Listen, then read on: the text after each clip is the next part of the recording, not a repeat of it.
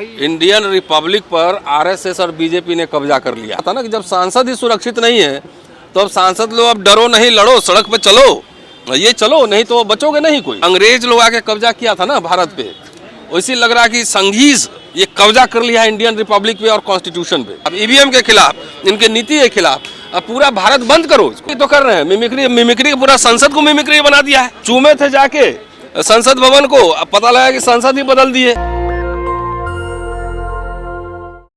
कैसे देख रहे हो उनको सर आप?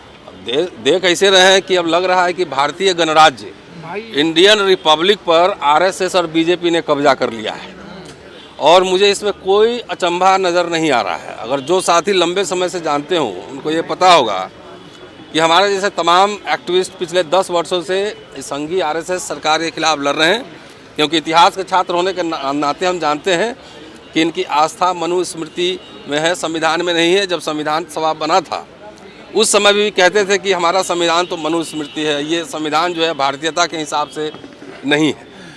तो जहाँ एक तरफ संविधान एक प्रोग्रेसिव स्टेप था, उसका उस समय संविधान सभा में विरोध के पक्ष में साम्यवादी भी थे, समाजवादी भी थे, लेकिन उनका थ्योरेटिकल डिफरेंस था, उनका एक प्रोग्रेसिव डिफरेंस था।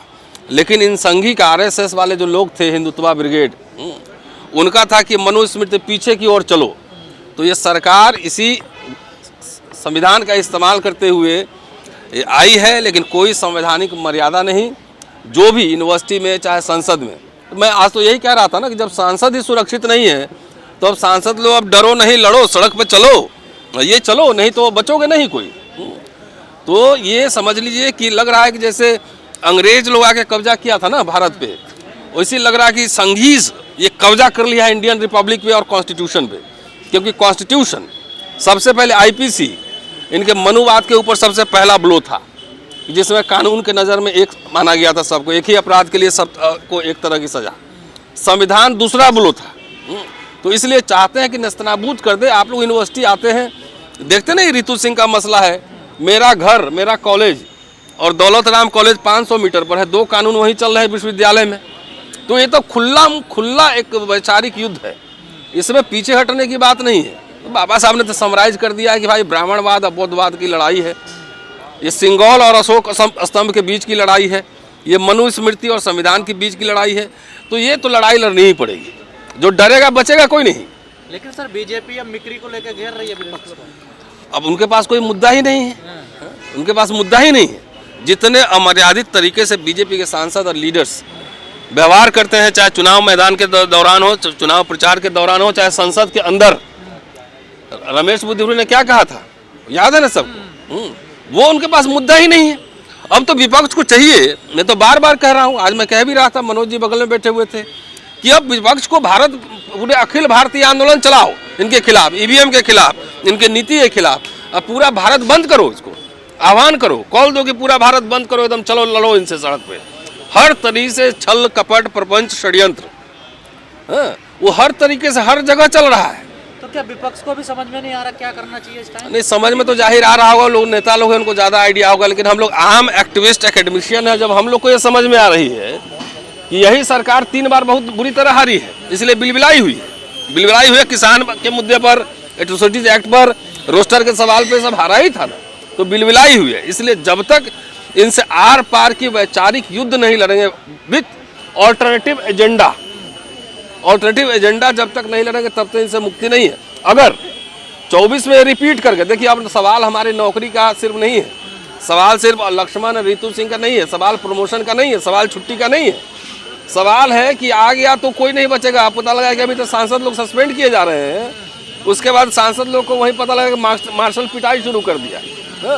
तो इस अभी नहीं समझे तो कभी नहीं समझे। सर धनखड़ कह रहे हैं कि जाट का, किसान का अपमान किया गया है सर संसद में। नहीं तो वो अकेले नेता है क्या? कोई जाति है, कोई अकेले नेता है? वो उसमें उपराष्ट्रपति लिखते हैं कि जाट उपराष्ट्रपति लिखते हैं। ये तो जाट समुदाय का अपमान धनखड़ ने स्वयं किया है। जाट लोग तो बहादुर लोग होते हैं, योद्धा लोग रहे हैं। ऐसे आरएसएस के और उपराष्ट्रपति के पद पर बैठे हैं और मर्यादा नहीं है, वहाँ पर जाके उनको अब जाट याद है। ये वहाँ पे जाके आरएसएस बीजेपी की स्टूज की तरह ना, वो चेयरमैन पर्सन की तरह नहीं, स्टूज की तरह वहाँ पे बात कर रहे हैं। राहुल गांधी वीडियो बनाते हैं मिमिक्री का, तो ठीक तो कर रहे हैं, मिमिक्री पूरा संसद को मिमिक्री बना दिया है। चूमे थे जाके संसद भवन को, अब पता लगा कि संसद ही बदल दिए। अडवाणी जी को पांव छुए थे, पता लगा मार्गदर्शक मंडल में भेज दिए। तो बाबा साहब का नाम लेते हैं और काम करते हैं पूरा उल्टा। विदेश में जाके मदर ऑफ डेमोक्रेसी बात करते हैं, उनसे पूछ लेंगे जरा 5 रिपब्लिक का नाम बताओ, गणराज्य कौन कौन था, कहाँ कहाँ था, जरा नाम बताओ, तो नाम भी याद नहीं होगा।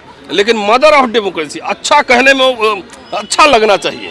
मैं बुद्ध की धरती से आया हूँ और बुद्ध की धरती से आया हूँ। यहाँ क्या हो रहा है, बुद्ध के सारे प्रतीक को जो है ध्वस्त किए जा रहे हैं।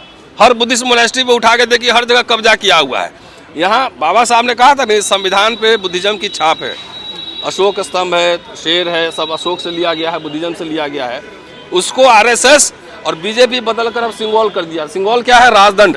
वो राजतंत्र सामंतशाही का प्रतीक है। तो ये सीधा, इसमें कोई कंफ्यूजन हमें नहीं है। अब हम लोग अपने लिए थोड़ी लड़ रहे हैं, व्यक्तिगत लड़ाई है ही नहीं।